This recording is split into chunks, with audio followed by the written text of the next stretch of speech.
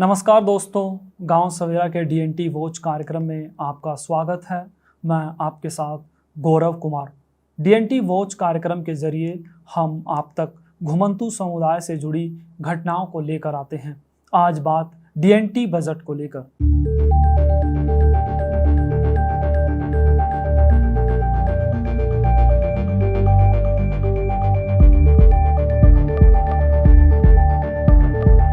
सामाजिक न्याय एवं अधिकारिता मंत्रालय को लेकर स्टैंडिंग कमेटी की हाल ही में संसद में पेश की गई रिपोर्ट में विमुक्त घुमंतू समुदाय से जुड़ी एक चौंकाने वाली जानकारी सामने आई है। संसद में पेश की गई स्टैंडिंग कमेटी की इस रिपोर्ट में सामने आया है कि विमुक्त घुमंतू और अर्ध घुमंतू जनजातियों के लिए अलॉट किए गए बजट में से बीते वित्त वर्ष में एक भी पैसा खर्च नहीं किया गया है।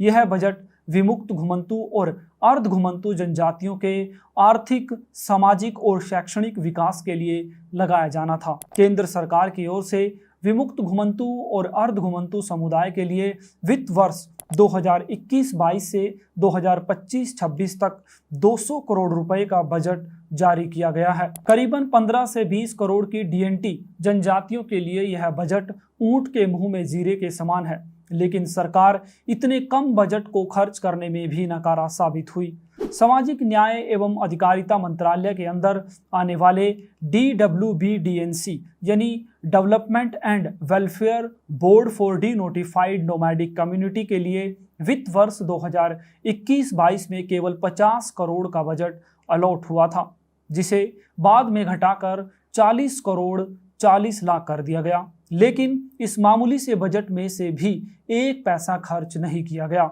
वहीं वित्त वर्ष 2022-23 के लिए बजट को 40 करोड़ से घटाकर 28 करोड़ कर दिया गया। 2018 की इदाते कमीशन की रिपोर्ट के अनुसार पूरे भारत में 1262 विमुक्त घुमंतू और अर्ध घुमंतू जनजातियां हैं, जिनकी आबादी करीबन 15 करोड़ है। ऐसे में सवाल उठ रहे हैं कि इतनी बड़ी आबादी के लिए 5 साल में केवल 200 करोड़ का बजट और ऊपर से 1 साल बीत जाने के बाद भी उस बजट में से एक पैसा तक खर्च नहीं करना सरकार की इन जनजातियों के प्रति उदासीनता दिखाता है। अंग्रेजी शासन के दौरान 1871 में क्रिमिनल ट्राइब एक्ट की भुक्तभोगी जनजातियों को आजादी के 7 दशक बाद भी न्याय नहीं मिल पा रहा है। रेनके कमीशन 2008 की रिपोर्ट के अनुसार देश में 50% विमुक्त घुमंतू और अर्ध घुमंतू जनजाति के पास दस्तावेज नहीं है।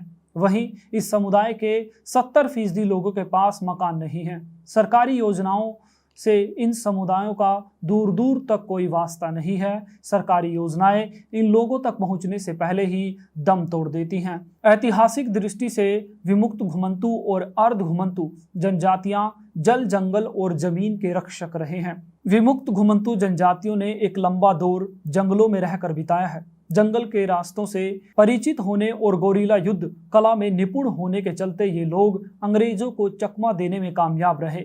घुमंतू जनजातियों की गोरिल्ला युद्ध में निपुणता के चलते अंग्रेजी हुकूमत इन जनजातियों से परेशान थी। इन लोगों पर दबिश डालने के लिए अंग्रेजों ने 1871 में क्रिमिनल ट्राइब एक्ट लगा दिया। क्रिमिनल ट्राइब एक्ट के बाद इन जनजातियों पर अंग्रेजी हुकूमत का दमन बढ़ गया।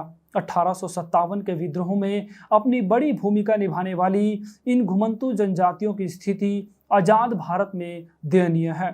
देश और समाज के सबसे अंतिम पायदान पर खड़े घुमंतू जनजाति समूह की हर सरकार में अनदेखी हुई है।